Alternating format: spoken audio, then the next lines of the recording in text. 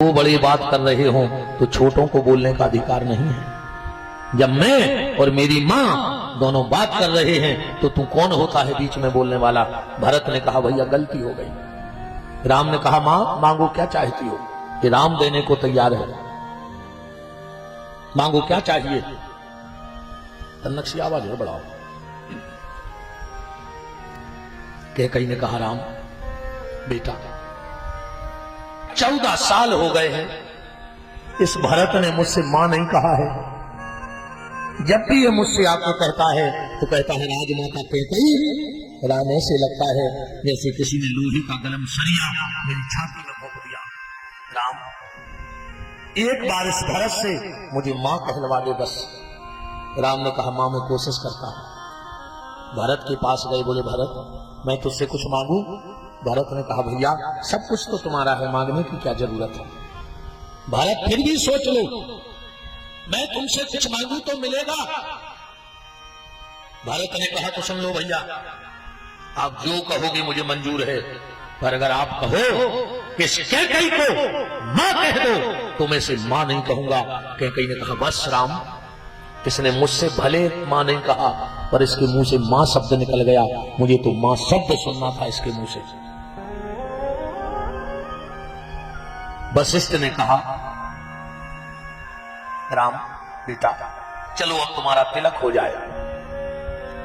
जिस पल की प्रतीक्षा 14 साल से अयोध्यावासी कर रहे हैं वो सौभाग्य आ गया है। राम चलो। पर आज तो दद्दा भइयों में का भौरे दो भज जाते।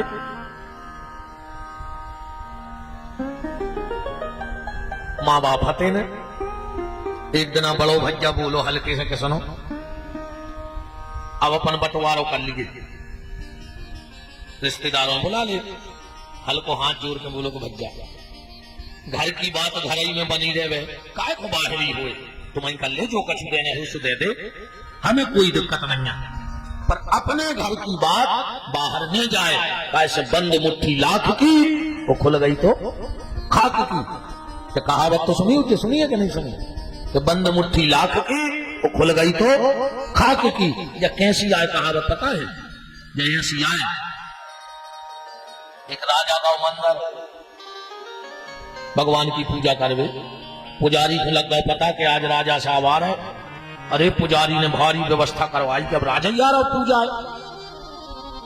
अच्छी पूजा करवाई और जब राजा ने दक्षिणा चढ़ाई दे चुवन्नी चढ़ा दी भगवान के।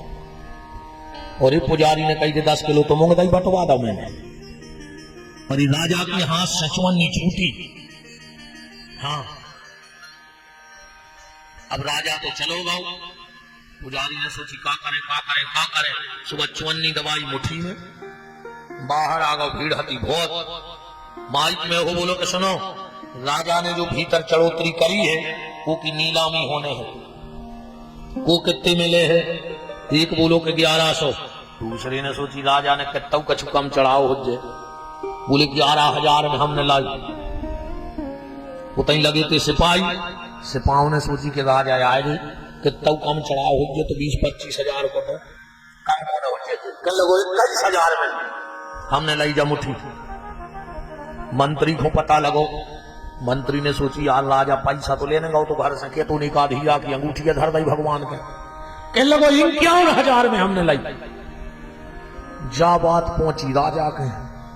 और राजा ने सोची कहूं महाराज ने मुट्ठी खोल दी तो मैं दवा वो चुवन्नी से मोरी हो जाए बेइज्जती पूरे राज्य में। तो तुरंत राजा गाओ बोले महाराज 1 लाख ले ले मुट्ठी में खोलो तो रिहान ऐसी आए तो बंद मुट्ठी लाख की वो खुल गई तो खाक की। परिवार में लड़ लेना झगड़ लेना पर बोलचाल बंद मत करना, क्योंकि जब बोलचाल बंद होता है तो सारे रास्ते बंद हो जाते हैं। तो हल्को भैया बोलो तो भैया काय को अपनी मुट्ठी बंदी है। अब तुम्हें जो देने हो सो दे दे। बड़ो बोलो कि फिर गांव में न रोज फिर जो 4 जनों में। अरे हल्को बोलो भैया कबाऊ नहीं। तो बोले बंटवारो होगा। अच्छा जायदाद के नाम पर पता है उनके कहा तो 1 भैंस और 1 कमरा बस। एक भैंस और एक कमरा तेरे बड़े ने बंटवार कर दम। कहने लगो रात भर कमरा हमारे लगा रहे हैं, दिन भर तुम्हारे ना रहे। हल्को बोलो ठीक। अब भैंस कहने लगो आगे की तुम्हारी पीछे की हमारी।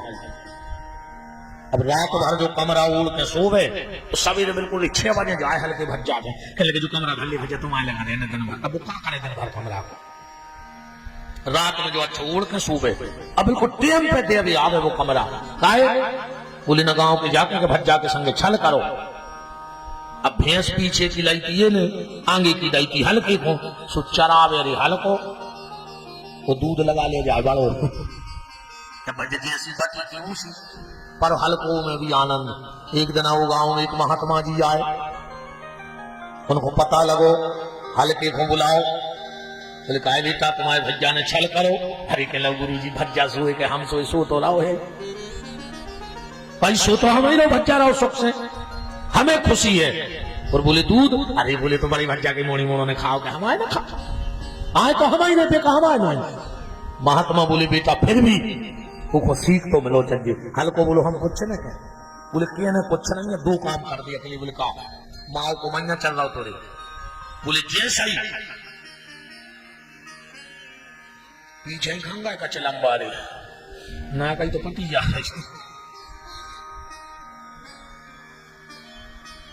ये गंजेड़ी भी यार करता ऐसी जान खाए हैं। शंकर जी बन रहे नहीं जब गांव जो पिया था, जब देखो कोई भोले की बूटी अच्छा तो मैं शंकर जिया बनना है जी गंजेड़ी दे थे जवान। जब जी गांजी की चिलम खेचत है, जब देखो ऐसा लगा थे जैसे पुराने जियाटर के गियर फंस गए हुए हैं, मई के मई रह जाते चिलम खेच कर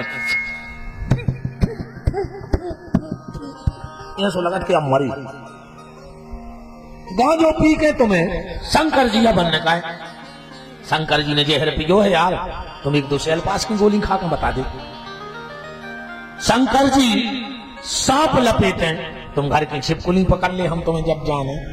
अच्छा गंजेड़ी कहते हैं कि गांजो पीजे के बाद भजन में मन लगा था।